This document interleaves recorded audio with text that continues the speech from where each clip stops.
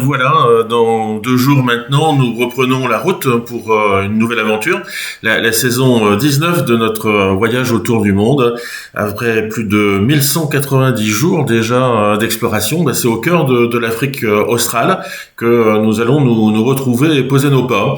Entre l'océan Atlantique d'un côté, les savanes infinies, les montagnes rouges et puis les déserts dorés de la Namibie. Alors de Porto Mboim à Windhoek, une traversée de l'Angola à la Namibie, donc qui promet des voyages et des paysages spectaculaires, des rencontres humaines bien entendu, profondes et des moments d'émerveillement comme on en a l'habitude depuis notre départ. Alors ces étapes, elles sont assez nombreuses pour cette saison. On va commencer par Porto Mboim, où on aura donc un regard particulier sur la côte angolaise et la côte atlantique. Ici, la mer va rythmer un peu la vie quotidienne avec des pirogues colorées, encore des marchés animés, des couchers de soleil probablement d'un rouge incandescent et un littoral qui dévoile une beauté plutôt brute avec des falaises, avec des dunes et des plages plutôt désertes où on va respirer déjà le souffle de l'Afrique sauvage. Notre deuxième étape, plus au sud, nous mènera à Lobito et à Benguela. Là, on va être entre lagunes et puis des rivages, là encore, dorés. Une côte plutôt élégante avec des criques tranquille et des baies turquoises. Benguela est une ancienne cité coloniale qui a gardé les traces de son histoire à travers donc des bâtisses aux couleurs pastel, des avenues bordées de palmiers et des marchés effervescents. On va trouver là des flamants roses, des hérons, des dunes qui vont plonger directement dans l'Atlantique, une région donc où la nature et l'histoire vont se confondre avec toujours cette mémoire portugaise et cette vitalité africaine. L'étape suivante nous ramènera à l'intérieur des terres, à Lubango, le balcon de l'Angola, parce que on va assister là à un véritable choc visuel.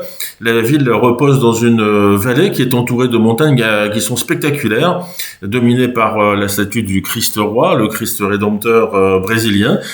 C'est tout à fait logique, nous sommes en territoire portugais d'origine. C'est donc cette réplique qui va effectivement nous indiquer le chemin pour emprunter la Serra del Leba, qui est une route mythique qui est taillée dans la roche, célèbre pour ses lacets vertigineux et ces panoramas qui sont manifestement à couper le souffle, avec une végétation qui va devenir plus dense, des plateaux qui vont s'ouvrir sur des vallées qui sont profondes, avec une lumière le soir qui va transformer le paysage en un tableau d'ocre et de vert. On poursuit toujours à l'intérieur des terres avec une étape ensuite à Menong, une forêt de plateaux. On sera donc véritablement en pleine Afrique intérieure. Les paysages vont à nouveau changer. La côte va laisser place à l'Afrique intérieure, donc aux forêts de Miombo et aux rivières. Une région qui est peu visitée, qui offre un visage plus confidentiel de l'Angola, avec des villages traditionnels qui vont ponctuer notre route, l'occasion pour nous encore probablement de faire des dons de vêtements et de pansements, des enfants qui salueront notre passage comme à l'habitude, et puis une nature qui va reprendre aussi ses droits très probablement, une immersion donc dans un monde plutôt authentique avec des scènes de vie rurale. Voilà donc pour cette avant-dernière étape en Angola, avant d'arriver donc à Anjiva, aux portes de la Namibie. Donc là, on va descendre un peu vers le sud. Ce sera notre dernière grande ville avant la frontière. Les paysages seront beaucoup plus arides, plus vastes aussi. Nous arriverons donc au niveau de la rivière Kunene, avec des chutes assez spectaculaires, mais que probablement nous ne pourrons pas visiter depuis l'Angola, les pistes étant plutôt compliquées en cette saison. En tout cas, des contrastes saisissants, avec à nouveau des falaises abruptes, des végétations riveraines et des horizons plutôt infinis. On est ici dans le royaume des grands espaces, vous l'avez compris, où la nature est prédominante. Nous arriverons donc ensuite aux chutes de Ruacana après une étape à Oshakati, côté namibien cette fois, et nous poursuivrons le long de la rivière Kunene jusqu'au Epupa Falls, un endroit absolument extraordinaire de végétation et puis de beauté naturelle. On sera là dans le pays du Kaokoland, un désert vivant, un monde à part, j'allais dire, avec des montagnes ocres, des lits de rivière asséchés, des troupeaux d'éléphants probablement qui vont traverser ce désert, et puis ces villages Imba aux huttes d'argile. Tout ici semble appartenir à un autre temps, et c'est avec profond respect et une immense joie nous irons à la rencontre effectivement des Imba, mais aussi de ces paysages minéraux et silencieux, à la rencontre de ces peuples fiers et hospitaliers qui sont parmi les derniers à garder une histoire intacte. Nous descendrons là ensuite près d'Etosha. Etosha est connu, mondialement connu, j'allais dire, pour son sanctuaire de faune.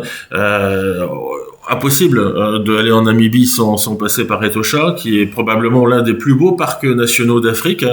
Là, nous attendent des safaris magiques, puisqu'on va y rester 4 ou 5 jours, avec des points d'eau animés, notamment à la tombée du jour, et puis des rencontres probablement inoubliables avec des éléphants, des girafes, des zèbres, des oryx, mais aussi des lions et des rhinocéros.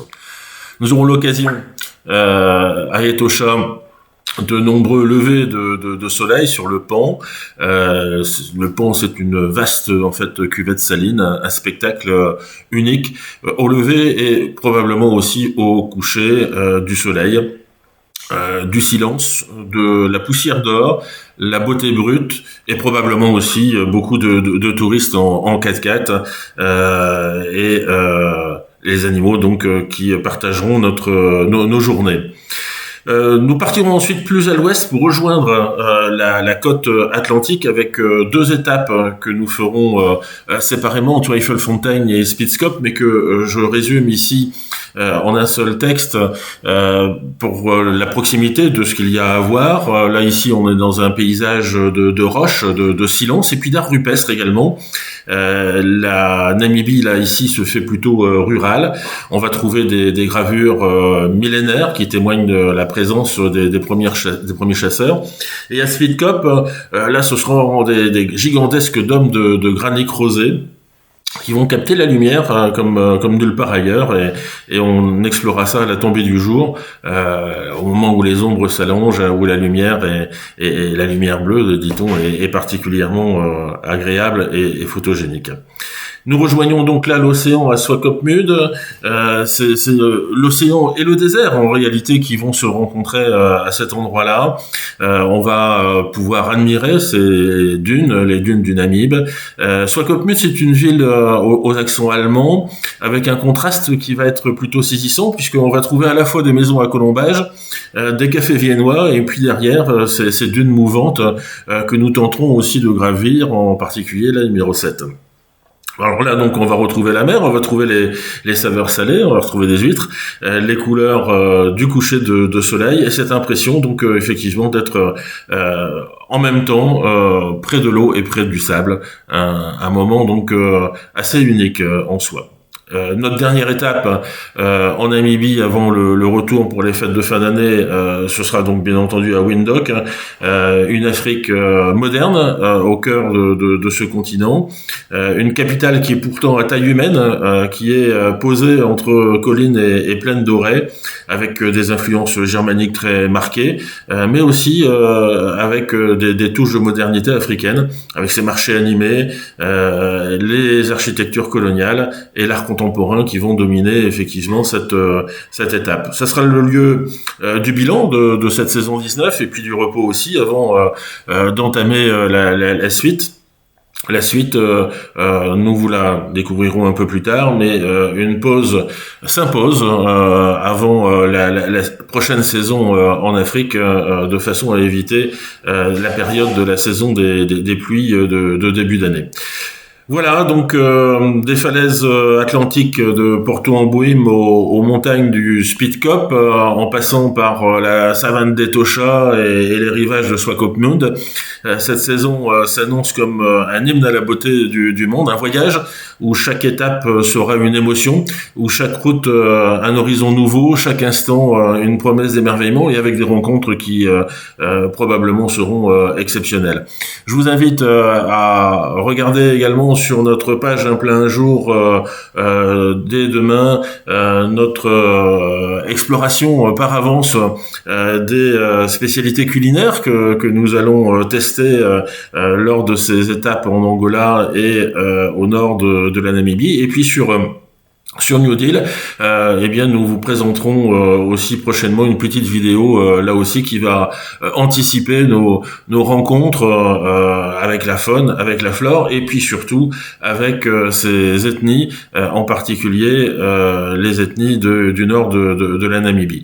Voilà pour un programme donc bien chargé et on espère vous retrouver très rapidement en direct dans nos parutions quotidiennes sur place tout au cours de la saison 19. À très bientôt.